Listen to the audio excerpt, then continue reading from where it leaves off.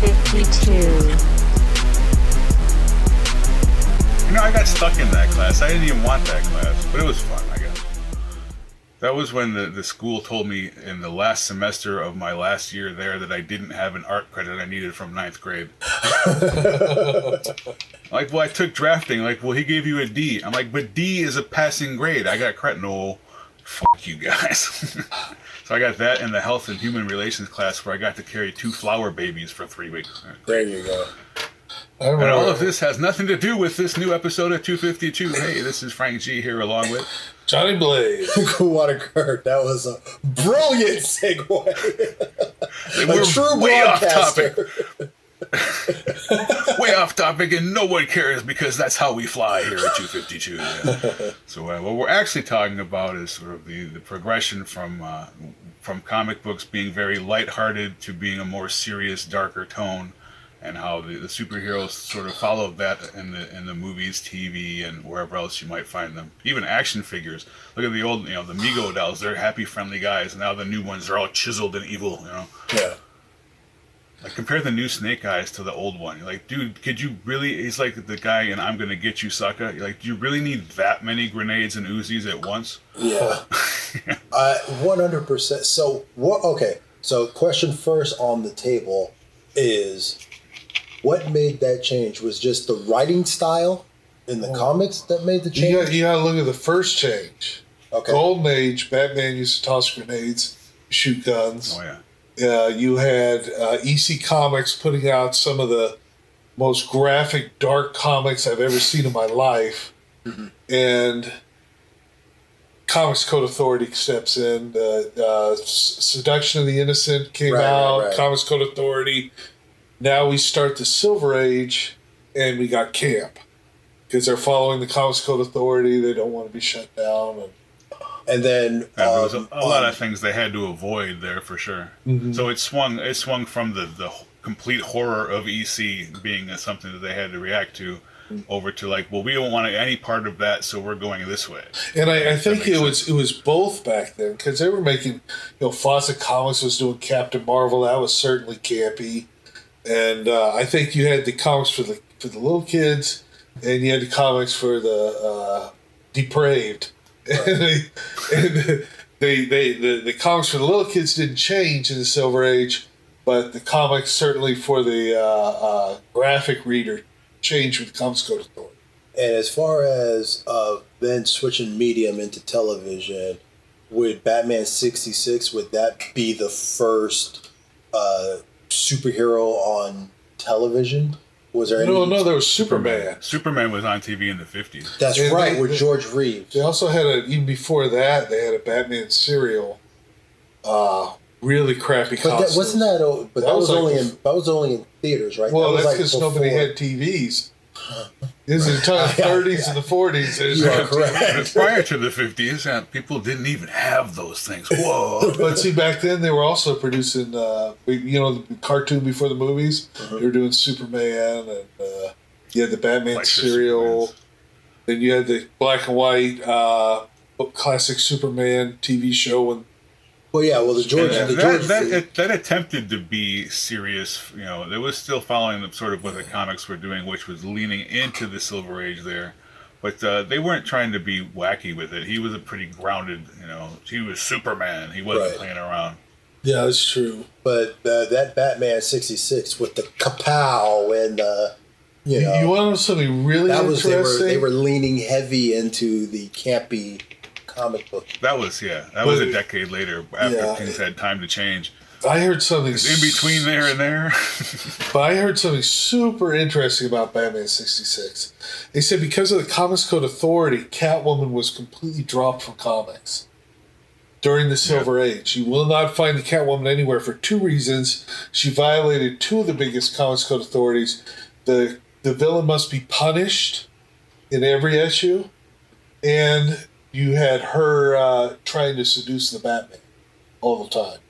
They said they couldn't figure out how to make her work, and they said it was bringing her back in the TV show that struck a huge popularity in Catwoman. They finally brought her back in the comics. So if you look for Catwoman in the Silver Age, you're not going to find her. And did they ever say why there was 3 different actresses that played Catwoman on a show that only lasted 3 seasons? Well, you had Julie Newmar. One was only in the movie. She wanted to be in the movie, but she had another movie she was filming, and so they went with Lee Merriweather. Pretty sure it was Lee Merriweather. She was a Miss America winner. She took over. They said, they would have cast Julie Newmar. She just couldn't do it. And so they brought in Lee Merriweather for the movie. And Eartha Kitt, I don't know why they brought her in, but I loved her as Catwoman. I thought she was a really good one. She was perfect. Yeah. You gotta love I think it was the same thing. Marcus, darling. Can you make it darker? You Lydia Louise.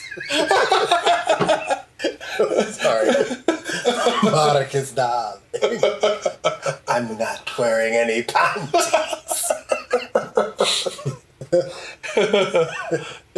Sorry. Anyway, going back to where do we go from here now you're talking in the late 60s. That's where you're shifting from Silver Age to Bronze Age. And when in the late 60s, I know specifically Marvel kind of had because DC had the early start, but Marvel, after their introduction or reintroduction of Captain America, the Fantastic Four, the X-Men, what was that, like between 63 and 66? They started ramping up those books. I know it was early 60s. Marvel was sort of a different tone from DC right from the beginning, which is why a lot of people started right at the beginning with the I hate you, But they were, Marvel was like more for the teens. Yes. They were hip and they were more with it and telling things about how things actually were in the real world. Whereas DC was still in we're super and everything's great. Right.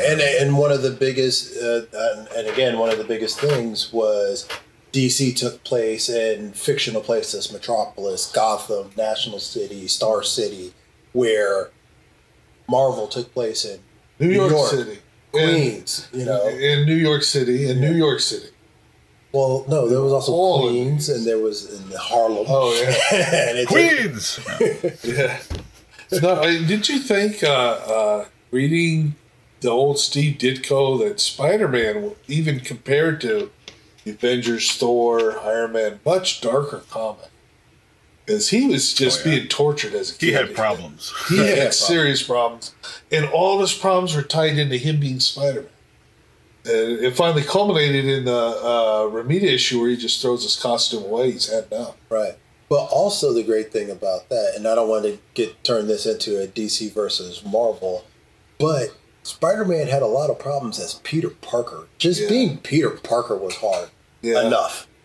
Let's forget that I just had to fight the Kingpin, Hobgoblin, Green Goblin, and everybody else. Now, I got to go to work. And my boss is a jerk. And or he's torn his uniform again. He says, I got to sew this myself. I can't trust anybody else. May always needed some medicine that he couldn't afford. Oh, yeah. I know. That was a big difference. It was definitely, that was another difference between that. That was their reality thing. Whereas DC's heroes, were scientists, millionaires, well-paid reporters. And they didn't have any problem in their regular lives. Yeah. Yeah. And again, Superman as a reporter, did he ever really write a good piece? Because they really had a lot of things where Lois was writing stuff all the time. She was an investigator. Clark scooped Lois on many occasions. And then he became a TV reporter in the 70s. What? I do not remember that. Yeah, I didn't know that. I didn't read Superman in the 70s. I didn't read any. I was reading Hot Stuff. I remember he had a mullet in the 80s. I was reading Richie Rich and Hot Stuff in the 70s. That was the 90s with the mullet. Yeah. Was that the 90s? Yeah. But I know... it was probably around 95 when everybody had the Billy Ray Cyrus mullets going. I can't remember the name of this really good documentary I watched. They talked about this exact subject. And they went back. They went back all the way to Joe Simon and Jack Kirby creating Captain America for the first time. But they fast forward and They had both creators from Marvel and DC saying the same thing. They all worked in New York City. In the 70s, they said the crime rate had gotten so bad that it was a genuine fear that going to work that day on the subway, you would get stabbed or mugged or shot. Right. And they said there was so much tension in the city and so much tension in the office that he said all these darker characters emerged. Like the Punisher. Batman turns into the Dark Knight. Right. You had just dirty, gritty comics. Green Arrow. Green Arrow calls Green Lantern. How long after Death Wish was the Punisher? I'm pretty sure the movie was first, right? What's that? Death Wish. How long was the space between the movie Death Wish and this is the reason Punisher? why we need Ralph, because he's brilliant with movie release dates. I think Death Wish was like 73, and the Punisher was maybe 74 or 5. Yeah. Sounds about. But either way, that ties in with what you're saying. The city was going and it turned into such a because non-good place. I would have to say a lot of it happened after, what was it, 77, also because of, who was it in the Son of Sam? Yeah. Oh, that guy. There was a lot. There was that big blackout too. Yeah, there was the big blackout, and a lot of stuff happened. So that year as well was very influential, and at least in the writing style. If some of these characters were already out, things got darker, at that point. Also, you have in the 70s in the world of TV, then you have Wonder Woman is introduced in the 70s. Yeah, but Wonder Woman and the Hulk weren't that dark. I thought it was kind of, Wonder Woman especially was a pretty campy I would have to show. say Wonder Woman was campy. The Yeah, Hulk was, I wouldn't say it was dark, but it was definitely depressing. The music was depressing. As a kid who was aged appropriately to be, I want to watch the Hulk every week. Yeah. Many times that show scared the shit out of me. Yeah, but he always had this. It was just the opening where his eyes started going. Yeah. Like, okay, dude. Well, maybe I'll change this. Before he changed it to the Hulk, there's always this heartwarming story of he's helping the people in the community. Dude, Bruce you Banner were definitely on a rewatch that you remember that. No, I've done it on disc. I'm saying it had to be a rewatch because, again, like Frank, as a kid, I just was like, every episode, I'm just like, all right, when's he going to get angry and turn into the Hulk? That's what I'm sitting here waiting for. All that other hob is just watching. It's probably a rewatch, but I love the Hulk. It's just watching Bill Bixby get pushed around and trying to stay away from stuff, and then one guy has to one step too far, and he line stepper, habitual line stepper. And he goes, "Don't make me angry. You will not like me when I'm angry." He said that to the reporter, and I looked back. I did rewatch it. I never saw him say it to anyone else. He told Mr. McGee, Mr. McGee, don't make me angry. You wouldn't like me when I'm angry. That famous line, I think he only said it in the one episode, but I'll watch it again. I love that show. I would if they have any outtakes where they had them where someone in the bar is like messing with Lou Ferrigno, and then he gets pissed off and turns into Bill Bixby and cleans the house. That would never happen. Now, the other thing that caused comics to allow them to go dark is, of course, the drug issue. They talked about that. The FDA actually approached Marvel because they said there's too much drug use in the schools and the kids are getting younger and younger. They approached Marvel and said, we want a drug awareness issue and we want it in Spider-Man. Will you do it? And they said that the reason why they chose Spider-Man because it was the number one selling comic, at the time and for many years after. And that comic, it was 2 issues, was never even submitted, and it's the only Marvel Comics at that time that did not have the CCA seal on the cover. And immediately DC turned around and produced one with Green Arrow and Speedy. Oh no, my ward is on smack. He's on smack. Riding the white horse. He's chasing the dragon. And he was like shooting up on the cover. It's not good. And the last thing they weren't messing around. They're like, these guys are on serious drugs. Yeah. Well, they said by the 80s, so many people were ignoring the Comics Code Authority. They said half the comics wouldn't even be submitted to them. They would just put the seal on the cover, and not even think about it. Oh, But yeah, well, you it was had just you for couldn't, show basically at that point. yeah, because you couldn't hit a woman. You couldn't have a cliffhanger ending because the good had to triumph over evil in every issue, and evil had to be punished by the end of the issue. Right. And they had all these super restrictive things on the story that people were just ignoring. And then the Comics Code Authority just kind of dried up, and people stopped putting it on the cover. Wow. Well, like let's- 70s Batman was getting, realistically crime based enough that they had a lot of that stuff that really wouldn't fly with the code if they'd actually submitted it. Plus, he said "damn it" a lot. That's how I learned how to spell "damn it." Like, why is there an N in there? Oh, okay. Well, I know the Comics Code Authority, they also, when they relaxed their restrictions, it was mostly for horror comics. They still had police and politicians could not be presented as corrupt.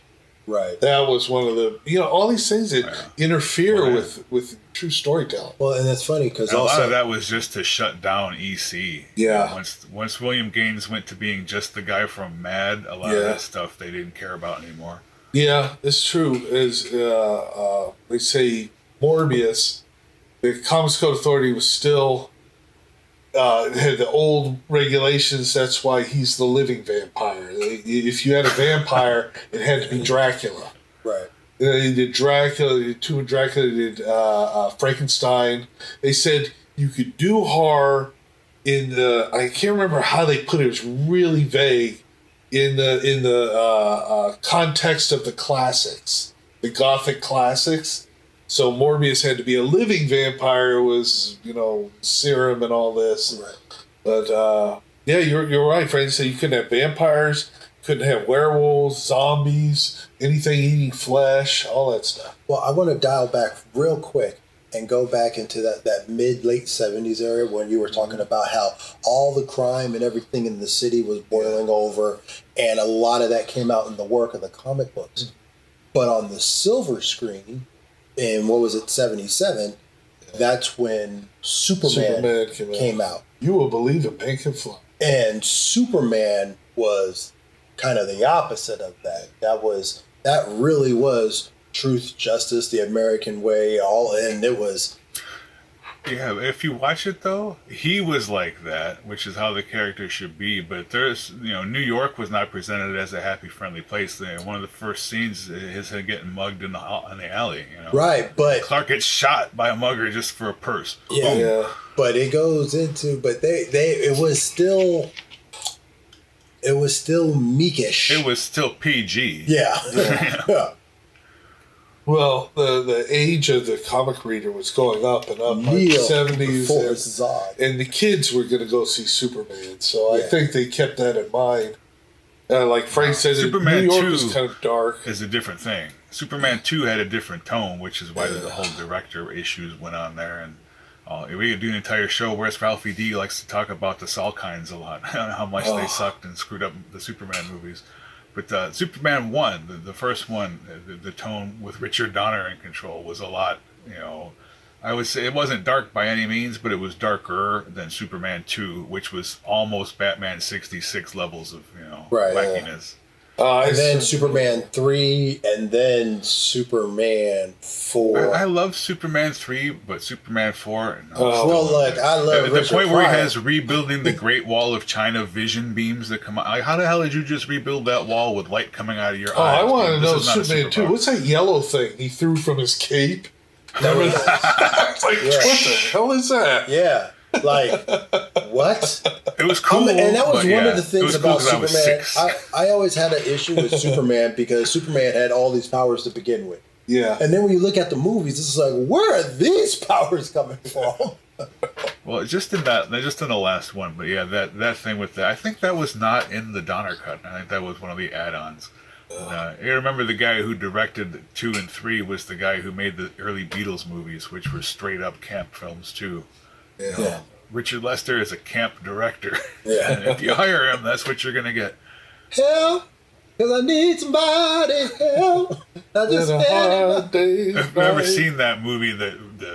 Ringo gets a ring, and it's this ring that enables you to be the king of some place far away, and the rest of the movie is people trying to cut the ring off his finger, and it's complete slapstick nonsense. But it was 1966. Yeah. And the other thing with the tone that swings back and forth is you have to look at what's going on outside of the media stuff. You go, well, World War II, World War I, World War II. You got Korea in there, you got Vietnam in there, and every time there's a war, stuff shifts a bit too. The comics definitely got darker during Vietnam, and they were being used to entertain much older people. And not just that, but again, on the small screen in our cartoons, there was a bit run in the 80s, especially with G.I. Joe and Transformers, where things were getting a little real. Because I remember a comment that my mom made. She actually kind of sat down while I was watching. I can't remember if it was I think it was probably G.I. Joe or something. But something was going on, and she was she tuned in. She was like, "Hey, what are you watching?" and I was just, at that time, I'm just full on, they're getting all the money from me. What I couldn't afford to buy, I found a way to get.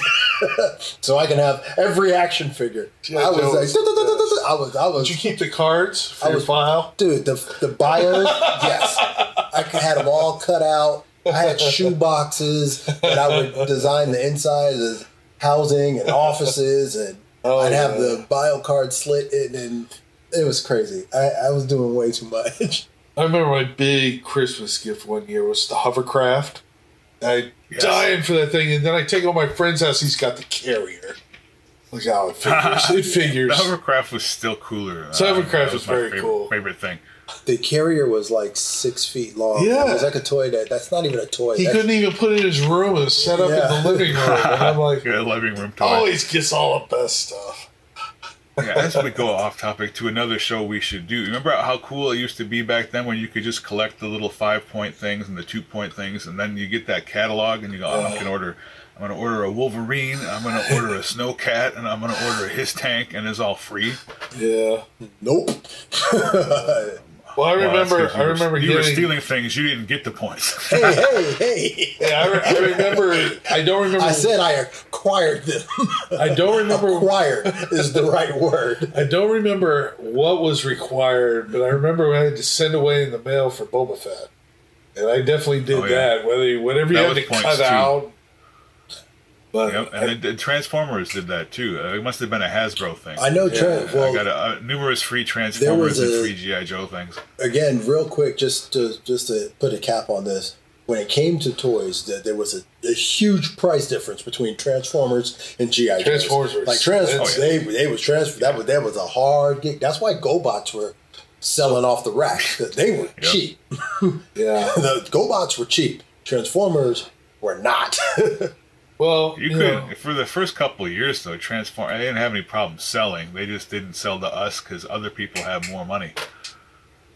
Well, I mean, there were never Transformers on the shelves, but when you see one, you'd be like $14. But you go back to topic. It might as well have been $1 million because I ain't got it. Because I used to collect G.I. Joe, I used to read it, and they would shift from obviously selling the toys storyline to really serious storylines. Yes. And I remember one plot where Cobra Commander's son was part of the Cobra Youth, and Destro brainwashed him, gave him a pistol. He was supposed to present his father with a bouquet of flowers. He's going to shoot him in the face. I wish I had a guy. Whoa, what the hell, man? I could see him so clearly right now. He was an Asian guy. I cannot remember his name to save my life. But he was the writer of the books as well as the bios and all that other stuff. So that's why they had that very long, linear, continuous storyline, or at least all in the same voice, because he was doing it all. Well, Larry Hama. Yeah, it was. What's that? Larry Hama. He wrote all that. Thank shit. you. And he still does. He's still got the ongoing G.I. Joe comic that he writes. But I gotta say though, the comic Seriously? back then used to go hot and cold because you'd be reading, have this great gripping storyline, and all of a sudden, G.I. Joe has got this new vehicle, and all it would do is show what the toy did, and that's the whole story around this vehicle, and then they would get back to the serious storyline. That was Yeah, but how many great. times after reading that issue did you then go find that vehicle on the shelf? Absolutely. Yeah. No, you can't. You got enough toys. I'm saying, marketing geniuses they were. But That's how I got into them, dude. I was first they had they always had the toy commercials, but then they started having the Marvel Comics commercials. Find out this month in Marvel Comics. All right, I'm gonna read one of these. So I bought the comic, and that was good. And it was advertising the Devilfish, which was a $10 boat or something, one of the cheap little itty bitties. All right, so next time I was at the store, I had to buy that. And now you got a collection going. I remember I ordered one of the freebies. Off the rails wait. now. This is what happens. Wait. Every time we do a show, we do one show, and now we Right. got to cut for time. You're talking about the points for the free G.I. Joe?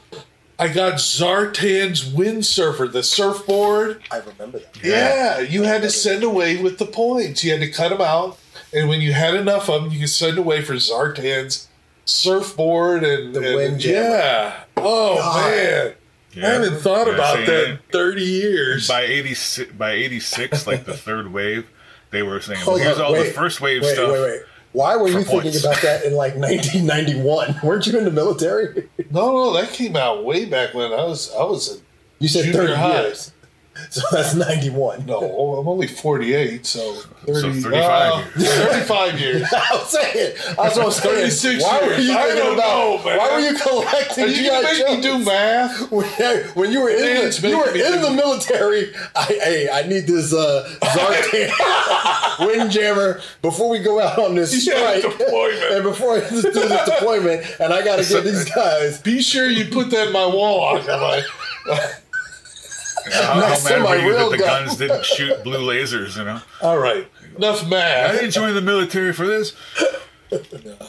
Okay, 36 years. How about that? Hey, I'm just saying. And I said I hadn't thought about it. Maybe I remembered playing with it while I'm on my way on a deployment. If I had Duke and Snake Eyes with me instead of you fucking boots, we probably would have done this mission already. What would I would do for a Scarlet or a Lady J rather than you, Boy, and Warnarski? Or that hovercraft would come in pretty handy too at that point. I'm saying. So how much is the military not like playing with G.I. Joe toys? Not the same thing. They have hovercrafts called LCACs. We would have. If the sand is too soft for the Amtraks to roll up, you ride in on a hovercraft. There you go, but you didn't know that. I did not. And guess who tests the sand samples to see if we can land? I'm gonna say Destro. Navy SEALs. Of course they did. They show up. I was picturing a Blazing Saddles thing here. Go in there and see if that train track Yeah, is they do okay. it. They do a sand. They test the The sand. new sheriff's up. Bong. And that's true. The SEALs check the sand, and that determines Amtrak or LCAC. So let's dial it and get back on topic. What was the topic? Just real quick. So now we're on the small screen, and we're doing the Hulk run, and then of course there was, I want to say, 3 Hulk movies. Mm-hmm. One of them represented Thor. Another Hulk movie had our first Daredevil. Yes. Our first introduction of Matt Murdock's Daredevil, and he wore the all black. And he had some kind of thing over his Yeah, eyes. some kind of net mesh thing. I don't know what it was. And you also had Spider-Man live action. Spider-Man live action. I The still Nicholas. Still remember Nicholas Spider-Man Hyman. and the Chinese Web. That was my favorite one out of I think there were 3 movies. If I remember Well, it correctly, was that like was my favorite. 10 episodes that they turned into 5 movies by smashing them together. Yes. Oh, yes. Spider-Man and the Chinese Web. Loved it. And so that's what Marvel was doing, but at this time DC was kind of quiet on the small screen because, of course, in the theaters they had their Superman run. Then at the end of the decade, that's where we got Batman '89, and this was the darker, grittier, It was a realistic. dark night. This was the one, and yes, it was inspired heavily by Frank Miller's Dark Knight. I think that while I would agree with that, I think that if you ask somebody today, they're going to have a different opinion. Of course. They'll be like, Yes, that was and I know campy that. bullshit too. Here's the paradox. Okay, but- Those movies Batman was a very dark character, and the villains were all campy. Mm-hmm. It was a Right, weird crash between camp. Well, and that dark. well, not really, because in Batman Returns, the Penguin was scaring children. Yeah, he's a little scary, but you know, you got guys singing with frozen dinners behind Mr. Freeze. That's about as campy as Okay, you well can now, get. okay, all right. The thing. Joel Schumacher ones were definitely. I'm talking about the Tim Burton, the first Batman, Yeah. the first two Batman movies with Michael Keaton. Yeah. Like you had, Christopher Walken, Danny DeVito, Michelle Pfeiffer, probably the best on-screen Catwoman that we've had, in my opinion. I like Lee Merriweather. I watched that movie. I fell in love with her. I thought, And of course, I didn't see it I'll when it take came Julie out. I wasn't Newmar. born yet. But when I did watch the movie, yes. Well, I'm just saying on the silver screen. But no, Yeah. it's just like, but Batman '89, like it was definitely way darker than any Batman we'd seen before. But like, it also has two separate scenes where the Joker is dancing to Prince songs, Yes. And they were great. which I love. But it's like, what is this? People today are like, this isn't dark. Like, No. well, it was in 1989. In 1989, it was. Sort of the point of this discussion. And that's just where we went because, of course, then the tick was upped. Then you start rolling into the 90s, and we're talking a good decade before the MCU, decade and a half. Marvel put out that first Punisher movie with Dolph Lundgren, yeah, which was not a good movie. but it wasn't campy. No, it wasn't. It took the realism because they were like, well, this is a Marvel superhero that's not, he's just a guy with a gun. And I think he was going after child traffickers, wasn't he? Are you I asking remember me correctly, the plot all of of the, Punisher? You're out of your mind. I saw it. I Marvel remember a little visual, bit. like video or animated stuff at that time suffered from the fact that they got bought by New World Pictures, and not New Line, New World. New World was a terrible film company. They made those terrible films with terrible scripts, and that's why those movies are like, just not good. There was a Captain America movie coming, not the one with the helmet. Those but the other weren't one. good, but when New Line did get a hold, I believe it was New Line Cinema that got a hold of Blade. That's good. The first two Blade movies were very good. Yeah. The third one had a decent script, but unfortunately Wesley Snipes was kind of sleepwalking He through was that mad. movie. The He did it for the money. He had creative control and had an idea going, and they kind of gave him the "no, you're not doing that." So then he had a pouty fit, So on both sides, of that movie got screwed.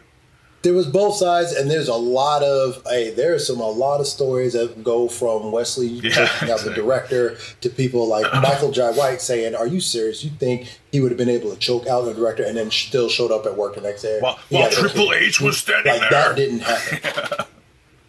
But then you got Patton Oswalt was saying, "No, I was standing right there, and he 100% choked that man out." So Yeah. who's to say what? Ryan Reynolds, he has his thing about what Jessica Biel. It was a bad experience, but those earlier two movies, those were like, oh man, because Blade was a very, let's say, mildly used Marvel character at that time in the books. I believe he might have had his own book, but he usually was in other people's He was in books. Tomb of Dracula. They had that. Mostly. What was that Midnight Suns And, run? That was like 96, 97, where they had a Ghost Rider, Blade. Oh, yeah. and All Right, movies that's all big. around. Well, he came out in the 70s in Tomb of Dracula. Mm-hmm. I think he made an appearance or two in Werewolf by Night, but he just, outside of chasing Dracula, there wasn't much use for a guy with wooden knives. True. That's why when you had him with Moon Knight, I believe, Moon Knight and Ghost Rider or something like that. Yeah, Like that whole Midnight. thing. So, like, the That came out, and they 90s started is when pushing it's- those around the same time Buffy was coming out, because it was like, oh, we have a Vampire Hunter too. Yeah. Yeah, there was a whole vampire resurgence in pop culture. Well, so it all kind of lined out. I gotta say, though, in the 90s, probably early mid-90s, I really switched to Valiant. And I had enough of Marvel. I didn't like what they were putting out, and DC. And I switched to Valiant. I was reading Magnus and Exo Manowar. And we've had this discussion before because in the 90s, I made that jump to Image. And that's where I was, even though I still had my love for my X-Men books that I still was collecting on the low. But everybody else, the Captain America's, Iron Man, and stuff like that, I kind of all left. Yeah, I was done with it. It was all those books wasn't good in the 90s. Wasn't good. And that's when Midnight Suns, and that's when they did Wolverine came out with his own series finally. And a lot of big things happened, but the comics just weren't good. I quit buying issues altogether. So right around that was late 90s or somewhere in there. Because it started Marvel Comics Presents and then led to his own series. I was like, the art was terrible, the stories on a personal note, my comic books collecting, once like rent and bills started to really pile up, I couldn't really see myself dropping, $50, $60 on all the books I was saying. Because I was tight, You're talking about a kid making between, $800 to $1,200 a month. And that was like gross. See, I was in the barracks. I ate at Chow Hall, and that's when I bought Daredevil #1. I remember I had to make payments on it, but I bought that from a comic store in Hawaii. Yeah, no. When I was in service, I could spend a whole paycheck on comics. Cool. Yeah, no. For me, the military is a perfect place to collect things like 1993 to the first of this month, I have been continuously on a monthly basis paying for housing and food and bills. So at that point, soon I got out of the military, things changed. I stopped buying comics. Yeah. But still, where you're saying where that had a little bit of a bump in movies when you start talking about certain comic book movies, because we also kind of glossed over the Howards of the Ducks and stuff like that, which I can Is Howard the Duck dark or not? I think it's very dark. It's very dark. He started with a Man-Thing comic. And Man-Thing's all about horror and fear. Movie, the comic has but the movie itself is like, is that dark or not? I'm like, well, kind of is, but I don't know how you tell people. Like, it's dark, but it also has duck boobs. And it's very bad. I remember that it was made here locally, so that's where my interest was. But then after that, I saw it, and I think Howard the Duck got one burn out of me in my life, and I was like, well, that happened. Yeah, I saw that. So not watching that again. I love that movie. Oh my goodness. He loves Howard the Duck. Well, they're supposed to be making a new one. Well, yeah, I saw the thing, but I'm not beating down the doors. Would probably do things a lot better. That was the era of, well, we've got that short guy in a duck suit, and they didn't have a lot of money to spend on effects. It wasn't. No one seemed to have their full support behind it. It's very definitely a B movie, or less. Oh yeah.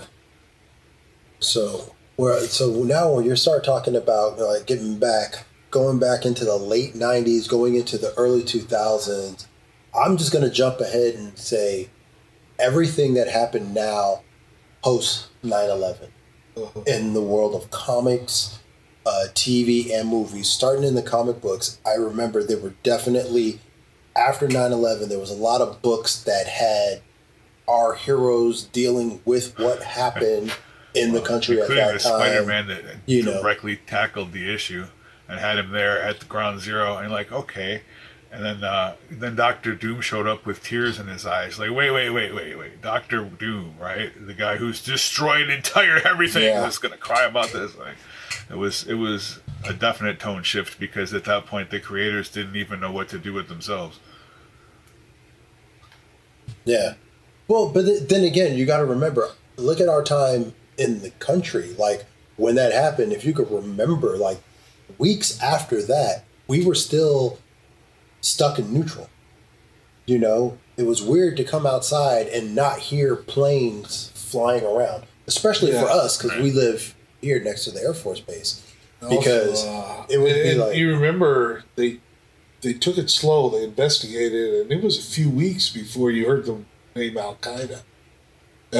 From the attack to when they went on the news and said, "Hey, these are the guys responsible." So it was like it's like to say about a week of limbo time. We didn't even know who was hurting us. I would say with all the news, and not to get again derail us, but that time when everything was going on, me personally having family in New York, not being able to get a hold of anybody on the phone, because all the lines were all blocked up and everything like that. I didn't hear from my dad until I want to say the next day or even a day after.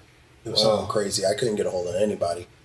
But during that time, it was just so weird, watching TV and things not happening. And I remember, of all things, wrestling actually doing a live show first before anybody else. It was like Monday night, and it was like, we're gonna have a show. Yeah. And I remember people in the audience would cheer, kinda, or something. It was a weird thing. And then as the show built up and went on, people would get more animated and stuff like that. And again, there was a lot of things on TV, like episodes that were just like everything else. Like, they'd have a show and there'd be an episode where someone takes their life, and then there would be a school shooting, and so they wouldn't even play that episode until probably the end of the season and stuff like that. There was a whole bunch of stuff with terrorists. I would say that show 24, it was like the writing and reality kind of had met. Oh, you remember 252.